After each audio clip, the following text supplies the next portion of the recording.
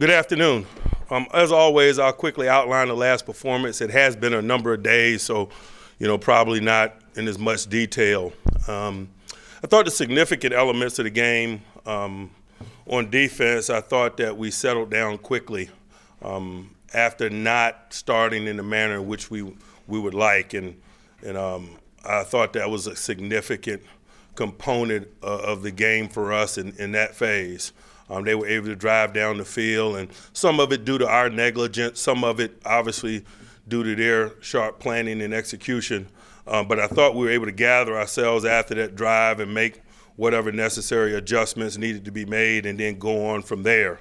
I thought the significant element of offensive play is that we didn't warm up to the action, that we came out firing, and I just think that, as you watch the landscape of football in 2018, there's not a lot of opportunity to warm up to it.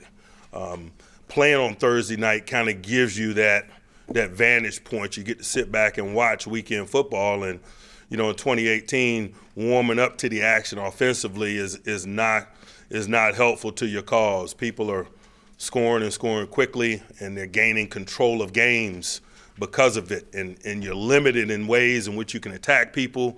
When you warm up to it, you put yourself in game circumstances that don't allow you to freewheel in the ways that allow you to maintain balance and be unpredictable and control games. So I thought our ability to start fast was significant as well. We had a splash play in special teams. We're always looking to gain a possession or gain the field position advantage in that phase of play. Boz was perfect on kicks, and that's significant, obviously. Positivity to build upon, but as always, there's some negativity too. When you win, you don't spend a lot of time, at least in these settings, talking about it, but we do in terms of the analysis of play. We'll do that with the guys. We'll learn from some of the negativity for the sole purposes of increasing our chances of winning next time out. We got some work to do continually there. On the injury front, James Conner is still in the concussion protocol, not that's a negative. Part of getting out of the protocol is physical labor. We haven't worked. He'll be given an opportunity to work tomorrow, and I think he'll lay all of those discussions to bed. Tuitt has an elbow that could limit him at the early portions of the week, and Marcus Gilbert is still working his way back from his knee injury. And as always, participation will be our guide in terms of his availability or potential availability. Now moving forward to Jacksonville, this is a rough and tumble outfit. They play a certain brand of football, one that we respect, and obviously going into their venue presents some challenges for us. If you look at probably the reasons why they're not having the success this year that they had last year, it can be measured almost exclusively in the turnover ratio. I think to this point, they're minus 11. They haven't taken care of the ball as well as they did in 17. Leonard Fournette has missed a significant amount of time. And I think when you lose your featured runner, particularly one of his caliber, it affects you and affects you in negative ways. I think that's been one of the ways that they've been affected by it. Obviously, they've got Fournette back now. They got him back last week. You felt his contributions in that area in terms of their ability to take care of the ball up until the last drive. I thought they did a much better job of securing the ball. He is central to that because of the way that he plays, his style of play, the way that he's capable of wearing a defense down over the course of the game and controlling the pace and making sure that they're in manageable third downs, which is what he does. It allows T.J. Yeldon, man, to be the formidable third down back that he is. He's got over 40 receptions on the year. With Fournette back, boy, he can kind of focus exclusively on some of those responsibilities, and he's excelled at that to this point anyway, even while maintaining the featured ball carrier's role. So those are the things that are challenging. They've turned the ball over some. They've gotten Fournette back. They turned it over less with him in there. We should anticipate them being a difficult nut to crack in that regard. And when they take care of the ball, they move it fluidly. They stay on schedule. They're a tough offensive nut to crack. The pocket movement's exceptional. I think Nathaniel Hackett, their offensive coordinator, does an awesome job of keeping people off balance. But again, Fournette is central to that. Westbrook and Chark and Cole and others in their receiving core, they do a great job of getting vertically down the field in the play-action pass game. We got to keep a lid on it. When we're playing good defensively, it's because we're keeping a lid on it. When we're not, it's because we're not. So we got to work to keep a lid on it while trying to minimize Fournette's impact on the game. So that's going to be a significant challenge. On the other side of the ball, they're still arguably the very best defense in football. They're number 3. I think overall they're number 1 versus the pass. They do not give up big plays. We're playing well offensively when we're getting big plays. They specialize in minimizing big plays. Hunting big plays versus these guys, you do so at a risk because their rush is so formidable. With guys up front like 91 and 93 and 97, and they're like other 4-3 teams, man. They got a lot of guys. They run a lot of guys at you, high pedigree guys, guys that they picked up in free agency and so forth, that are capable of changing the climate. And as you hunt big plays, these guys impact the game in a negative way in terms of sack fumbles and so forth. We've experienced that in the past against them. They got quality people at all levels of defense. Their linebacker group with Smith and Jack can really run. Their speed shows up in all elements of play. And in the secondary, led by Ramsey, again, I mentioned they're number 1 versus the pass. So we got a significant challenge. We got to work to create turnovers. We got to work our tails off to take care of the football. I think that's the significant subplot in the matchup. I know it has been in our shared history with these guys, and it has been a part of their negative recent history. So I'm sure they're working hard in that area as well. We're excited about the challenges every week that the National Football League presents us, and this one's no different. And so we roll our sleeves up, get back to work tomorrow with our guys in preparation for Sunday's opportunity. Questions? Yeah, Mike, on Thursday, Art went on the radio and said that, you expected or sort of hoped that Le'Veon would be here this week. As far as I can tell, it's not yet. Anything changed in those 5 days for you? No.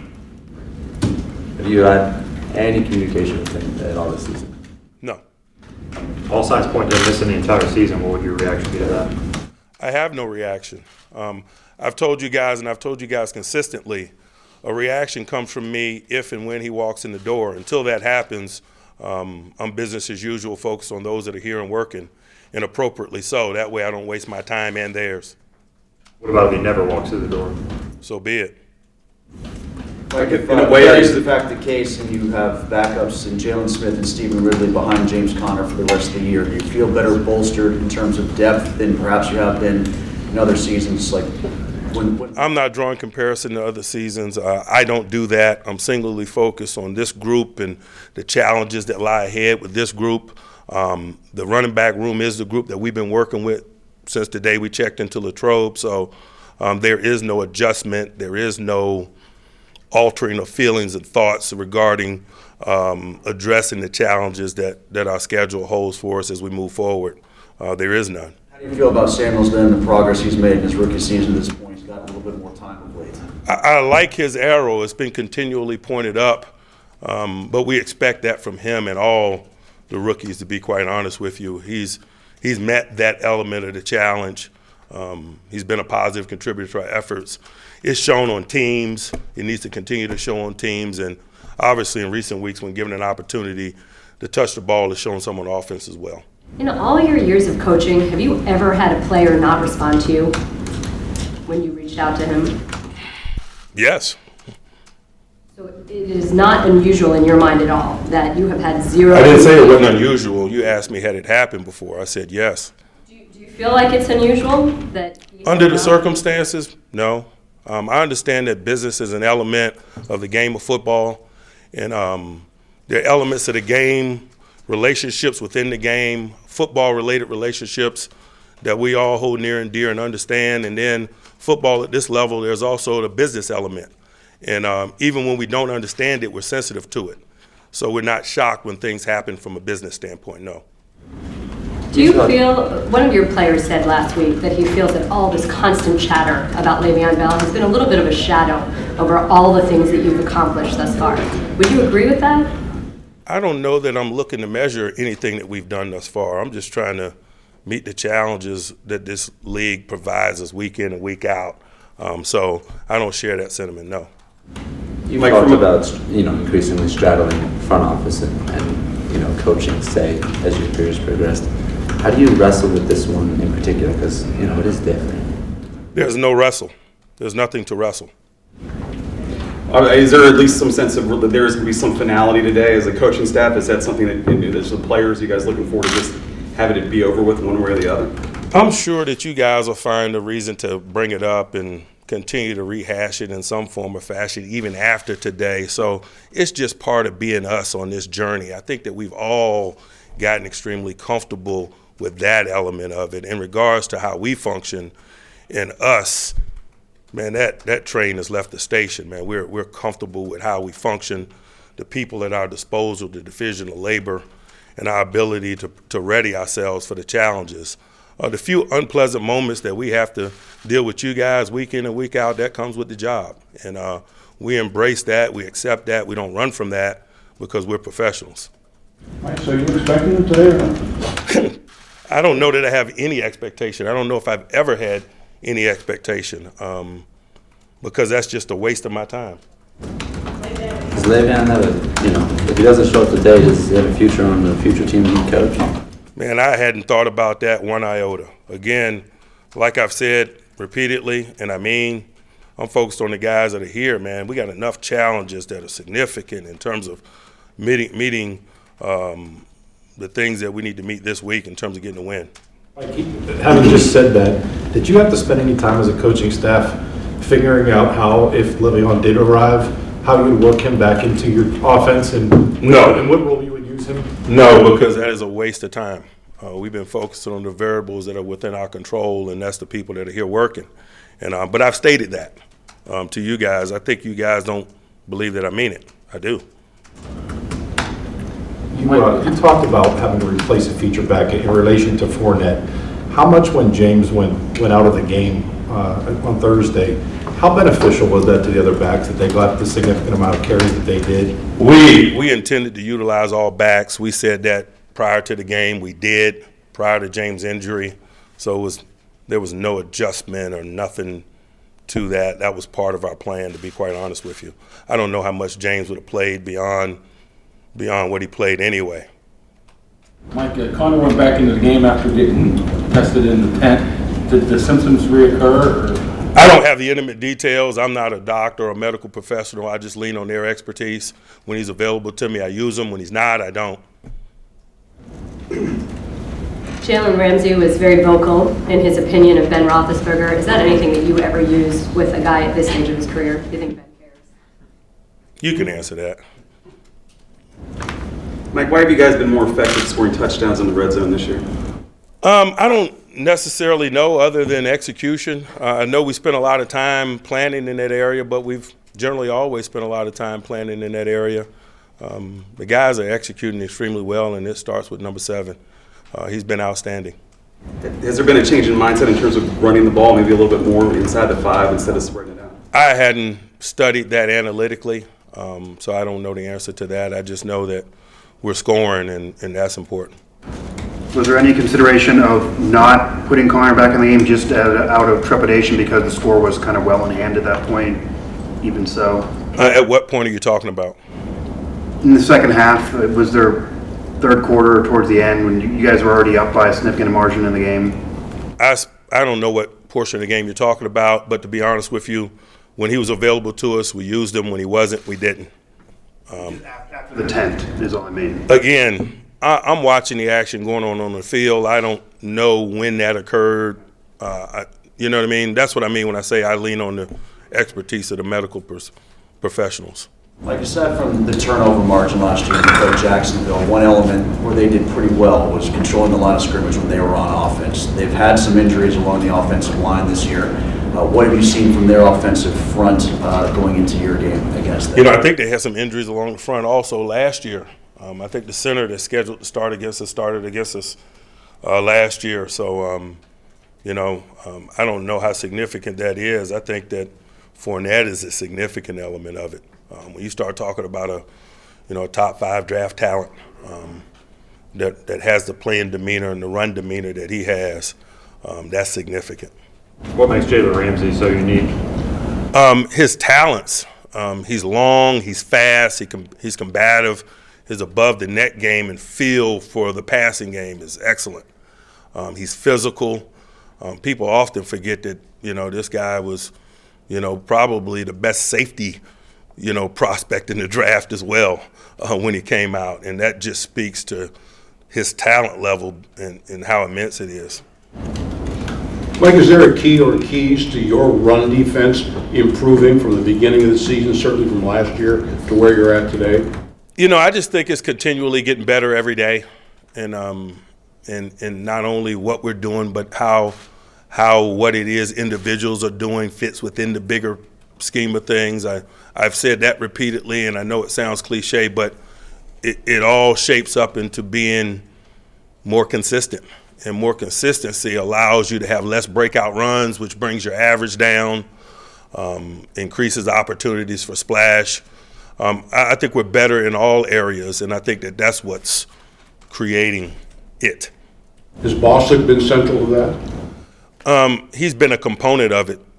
Say he's central to it would be a stretch, but stretch away.